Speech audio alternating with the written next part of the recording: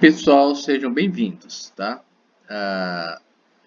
Para as turmas com quem nós conversamos, né, a semana anterior, das disciplinas SDM 025 e SBAS 054, estipulamos que nós, antes de começar o assunto, né, durante duas aulas, seria visto uma revisão do cálculo elementar, né? Aquela matemática que vez ou outra vai aparecer em nossos cálculos e que, como ferramenta, certamente é bastante importante. Tudo bem? Essa parte que eu estou intitulando de capítulo zero, né? É mais como um tipo de apêndice, né? Onde nós vamos fazer uma síntese dessa matemática, desse cálculo elementar, né? Que será utilizado no estudo dos senhores. Tudo bem? Conforme foi falado, né, em nossas aulas, se divide no seguinte, né? 0,1 funções do primeiro grau, 0,2 funções do segundo grau, 0,3 relações métricas no triângulo, 0,4 razões trigonométricas no triângulo retângulo, 0,5 áreas das figuras planas, tá? Áreas das figuras planas, e 0,6 volume dos sólidos, tá? Ou geometria tridimensional. Tudo bem? Então, vamos começar com 0,1, tá? Funções do primeiro grau. Funções do primeiro grau.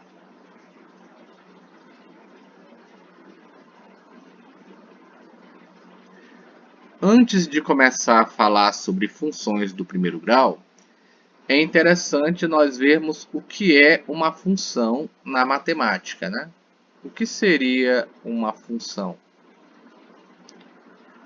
A função, no sentido da palavra, né, é uma sentença matemática que reúne duas ou mais variáveis.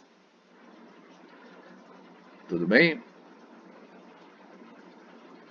Então, são fórmulas, né, que indicam o comportamento de alguma coisa. Por exemplo, envolvendo aí duas variáveis, né? Se eu tiver f de x igual a 2x mais 5, g de x é igual a 6x menos 3. Y igual a x menos 8. Só começar que esses cachorros latem, né? Mas tudo bem. Tá certo? Então a gente tem aqui, ó, três funções, né? Como eu sei que são funções, justamente porque elas têm duas variáveis, né? Esse f de x é como se a gente chamasse do y, tá? Uma, duas variáveis. Uma, duas variáveis. Uma, duas variáveis. Todas essas são funções. Tudo bem? Todas essas são funções. Agora é dito funções do primeiro grau, né? O que é uma função do primeiro grau? É toda aquela cujo expoente da variável é 1, como os casos acima, tá? Como os casos acima. Acompanha aí comigo, né? O expoente da variável aqui é 1, o expoente da variável é 1, o expoente da variável é 1. Isso implica que quando o meu y for zero, eu terei apenas uma resposta, tá? Uma resposta para o meu x. Isso daí a gente chama de zeros ou raízes de uma função. Tudo bem? Devidamente explicado, vamos para a nossa primeira função. do primeiro grau, chamada de função linear. Função linear. Tá certo? Uma função linear é uma função do primeiro grau. Aliás, vale frisar que o que caracteriza funções são duas coisas, né? As suas respectivas fórmulas e seus gráficos. Tudo bem? Então, sabendo as fórmulas e sabendo os gráficos, porque conforme certas propriedades são previsíveis, né, eu já sei muito de uma função. Tá? A função linear é dada por essa equação, f de x igual a ax. Exemplo de funções do primeiro grau. Vamos lá. Exemplo 1. Y igual a 3x. Segundo exemplo, f de x igual a 0,25x. Terceiro exemplo, g de x igual a menos 8x. Que grau, qual é o grau de cada uma dessas funções? Primeiro grau, primeiro grau, primeiro grau. O coeficiente de cada uma dessas funções. Vamos lá. No primeiro exemplo, o a vale 3. No segundo exemplo, o a vale 1/4, né? Ou seja, 0,25. E no terceiro exemplo, o a vale menos 8. Veja que quando o meu a for negativo, eu terei uma função decrescente. Tá certo? Agora que eu expliquei a fórmula, vamos explicar o gráfico, né? Qual o gráfico de uma função linear? Vamos lá. Eu vou pegar essa função aqui, ó, y igual a 2x, e vou fazer o seguinte, eu vou atribuir valores para x e vou obter valores para y para verificar qual será seu possível gráfico, embora certamente, né, como é só uma revisão, ele já é conhecido de todos nós, né?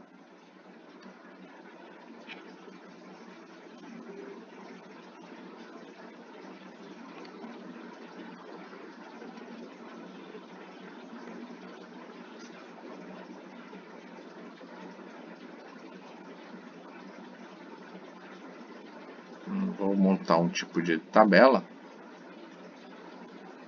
que fique fácil aí para vocês enxergar, tá?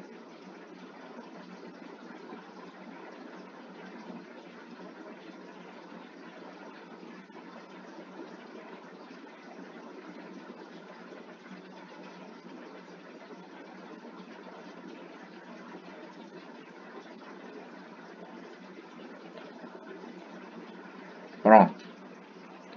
Vamos fazer assim. Aqui o valor de x, aqui a minha fórmula e aqui a minha ordenada, o resultado que eu obterei ao variar o meu x, tá? Vou atribuir os seguintes valores: 0, 1 e 2, né? Tudo bem? Então vamos lá. Para o valor 0, 2 vezes 0, 0. 2 vezes 1, 2.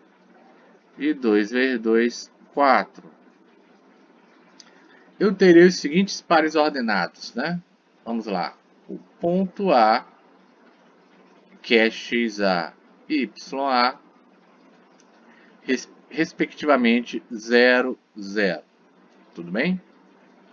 O ponto B, xb, yb, 1, 2. E o ponto C, xc, yc, 2 e 4. Tudo bem?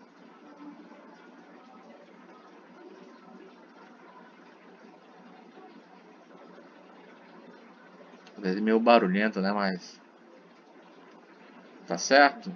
Agora que eu tenho isso daí, eu vou fazer o seguinte, tá? Vamos fazer nosso gráfico, né? Vou fazer o eixo das abscissas. Só uma coisa aproximada, tá, pessoal? O eixo das ordenadas. Vai ser isso aqui, tá? Abscissas ordenadas. Quando o meu ponto for zero, quando meu aplicando o ponto A, quando meu x for zero, meu y é zero. Quando meu abscissa for 1, minha ordenada será 2. E quando minha abscissa for 2, a minha ordenada será 4.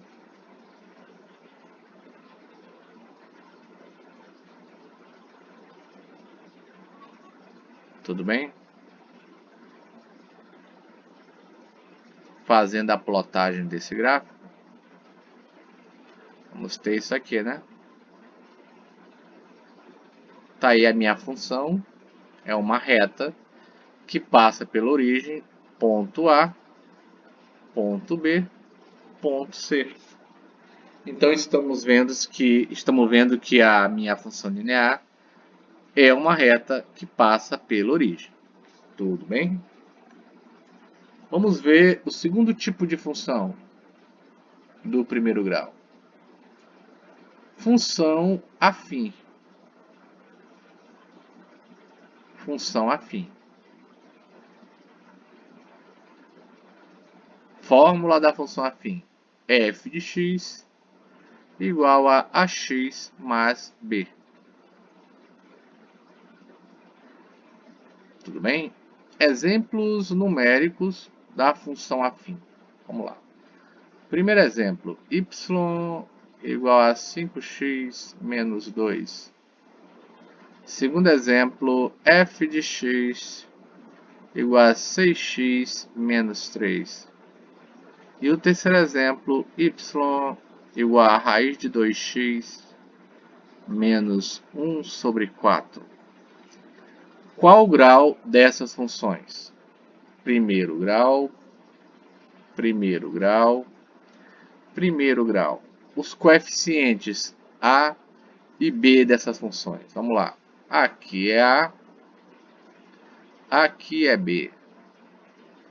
Aqui é a, aqui é b. Aqui é a e aqui é b. Tá certo? Qual o gráfico de uma função afim? Bom, gente, o gráfico de uma função afim, vamos fazer aqui a minha ordenada e a minha abscissa, né?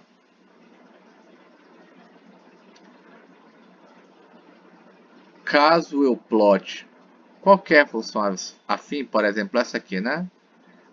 2x menos 3.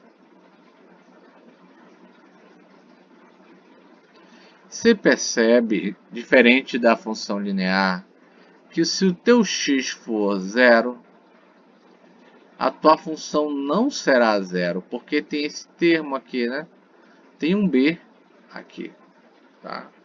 Logo, a sua função afim terá como gráfico uma reta que passa fora da origem. Estou desenhando aqui o caso de uma função afim crescente. Tudo bem? Onde A é maior que zero. Vamos ver agora um caso especial, que é a função constante. Função constante. O que é a função constante? Como eu falei para vocês, primeiro a fórmula e depois o gráfico. Está aqui a fórmula da minha função constante. Tudo bem? Exemplos de função constante. Vamos lá? Primeiro exemplo. Y igual a 100. Segundo exemplo, f de x igual a π. Terceiro exemplo, g de x igual ao número de Euler. Tá? E consecutivamente, tá? Vamos fazer o gráfico aí da minha função constante. Gráfico da função constante. Vamos pegar essa primeira aqui, né? Essa daqui, ó. Tudo bem? Vou fazer aquela tabela, né?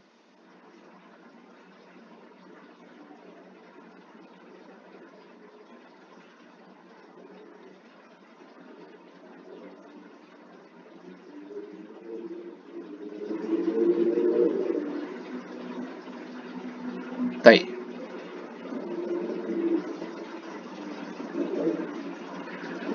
Vou pegar essa função aqui, tá? Vamos lá. Atribuo valores para x. Tá aqui a fórmula. Obtenho valores para y. 0, 1, 2, 3. Tá certo? A minha função não vai mudar. E o meu resultado para y será...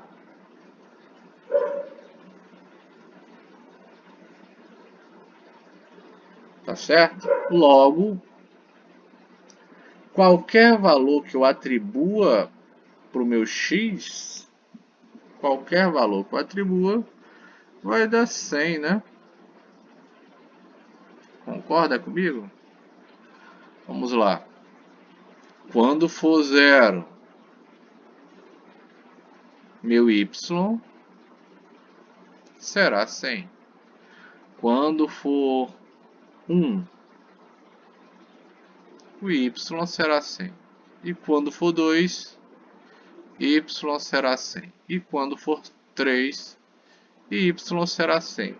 É por isso que esse caso especial é chamado de uma função constante. Entenderam aí? Tá certo? Ainda dando prosseguimento na nossa primeira aula de revisão, né? Nós vimos 0.2, que foi a função do segundo grau. Ok? Já vimos do primeiro e agora do segundo. Então, pessoal, função do segundo grau, função quadrática e função trinômio do segundo grau é tudo nomenclatura para a mesma coisa, né? Que nós já sabemos disso. Tá certo? Logo, qual o procedimento que nós fazemos? Fórmula f de x igual a ax ao quadrado mais bx mais c. Conforme foi explicado na nossa aula, né? Exemplos numéricos disso aqui? Exemplos. Primeiro exemplo, y igual a 2x ao quadrado mais 3x menos 1. Segundo exemplo, f de x igual a x ao quadrado menos 6. E terceiro exemplo, g de x igual a x ao quadrado mais 3x. Qual o grau dessas funções? Bom, o grau dessa função, segundo grau, é 2, né? O grau é 2, quer dizer que quando o meu y for 0, eu terei duas respostas para a minha abscissa. Tá certo? Quais são os coeficientes da minha função? Vamos lá? Coeficiente A, B e C. coeficiente A, coeficiente B e coeficiente C. Coeficiente A, coeficiente B e coeficiente C. Tudo bem aí?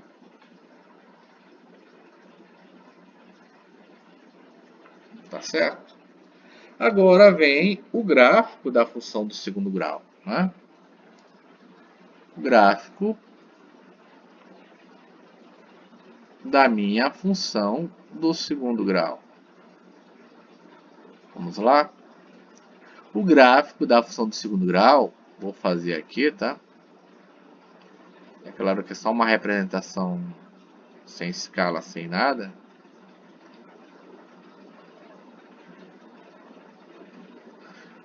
O gráfico da função do segundo grau é uma curva denominada parábola, né? Vou tentar fazer aqui, tá, pessoal?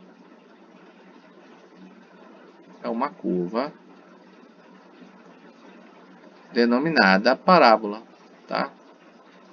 Tá aqui minha primeira raiz e tá aqui minha segunda raiz. Tudo bem? Eu sei o resultado das minhas raízes, o que acontece com ela, se eu fazer uma análise desses casos, né? Propriedades de delta. Só que antes de falar desses casos de delta, ou seja, essas propriedades, né, o que nós vamos fazer é verificar como achar os zeros ou raízes da minha função do segundo grau. Que eu vou explicar agora, que é através do método de Bhaskara, né? Que todo mundo conhece. Tá? O que diz o método? Tá? Primeiro, vou colocar 4 passos aqui. Tá? Faça f de x igual a zero. Eu já expliquei o porquê disso na aula. Né? Segundo, encontre delta, o discriminante, de tal forma que delta é b ao quadrado menos 4ac. Terceiro passo, encontre a primeira raiz dada por essa equação, menos b mais raiz de delta sobre 2a. E essa segunda, né, raiz, que é menos b menos raiz de delta sobre 2a. Tá? E o quarto e último passo, encontre, na verdade, o próprio conjunto de solução, são essas raízes que você acabou de encontrar. Tudo bem? Então aqui estão os 4 passos, né, para encontrar, tá, as raízes da minha função do segundo grau. Agora sim podemos ver as propriedades desse delta, né? Vamos lá? Primeira propriedade.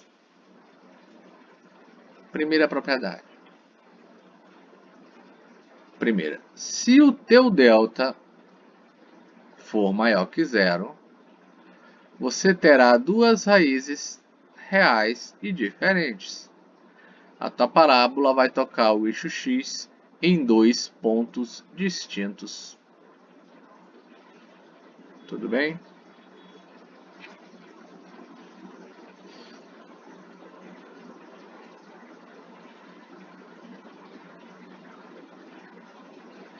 Fica meio torto, né?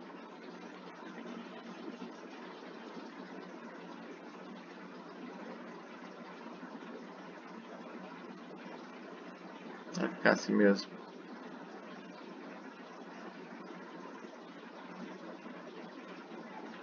Tua parábola vai tocar o eixo x em 2 pontos distintos.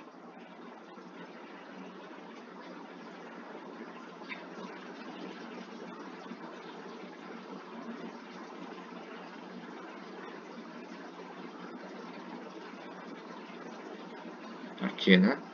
Como se fosse aqui. Raiz 1 e raiz de 2.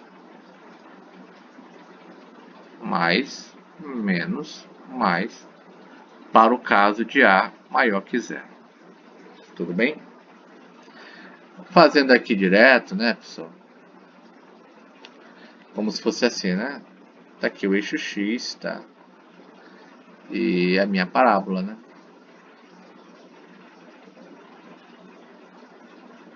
X1, X2. Tudo bem?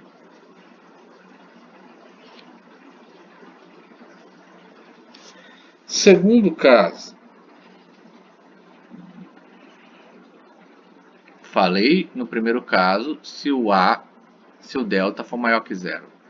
Se o teu delta for nulo, você terá duas raízes reais e iguais. Terá duas raízes reais e iguais. Como você tem duas raízes reais e iguais, o que acontece com a tua parábola, né? Ela vai tocar o eixo X somente em um ponto.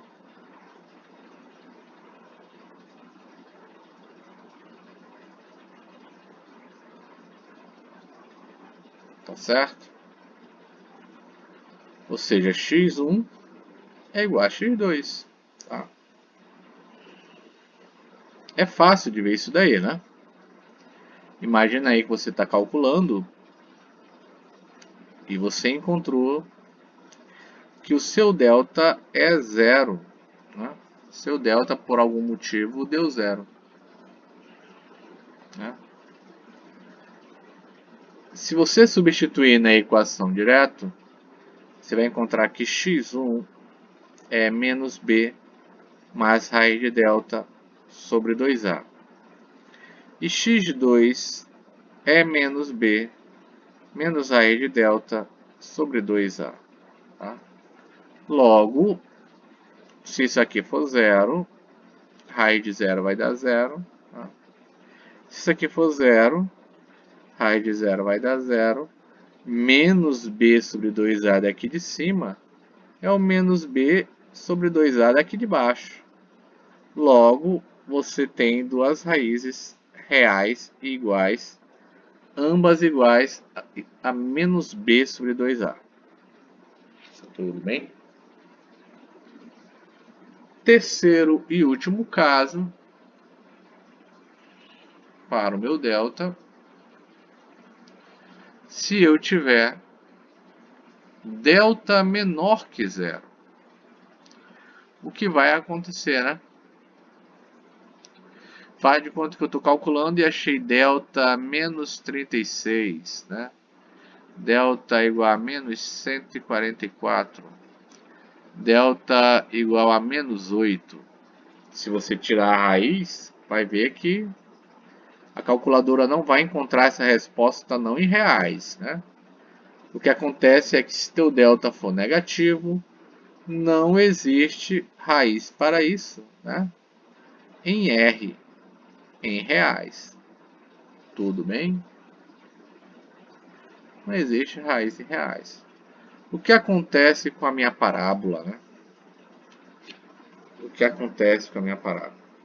O que vai acontecer é que minha parábola, em vez de tocar em dois pontos distintos, em vez de tocar em somente um ponto, ela não vai tocar em nenhum ponto. Ela vai flutuar acima do meu eixo, como estou desenhando aqui.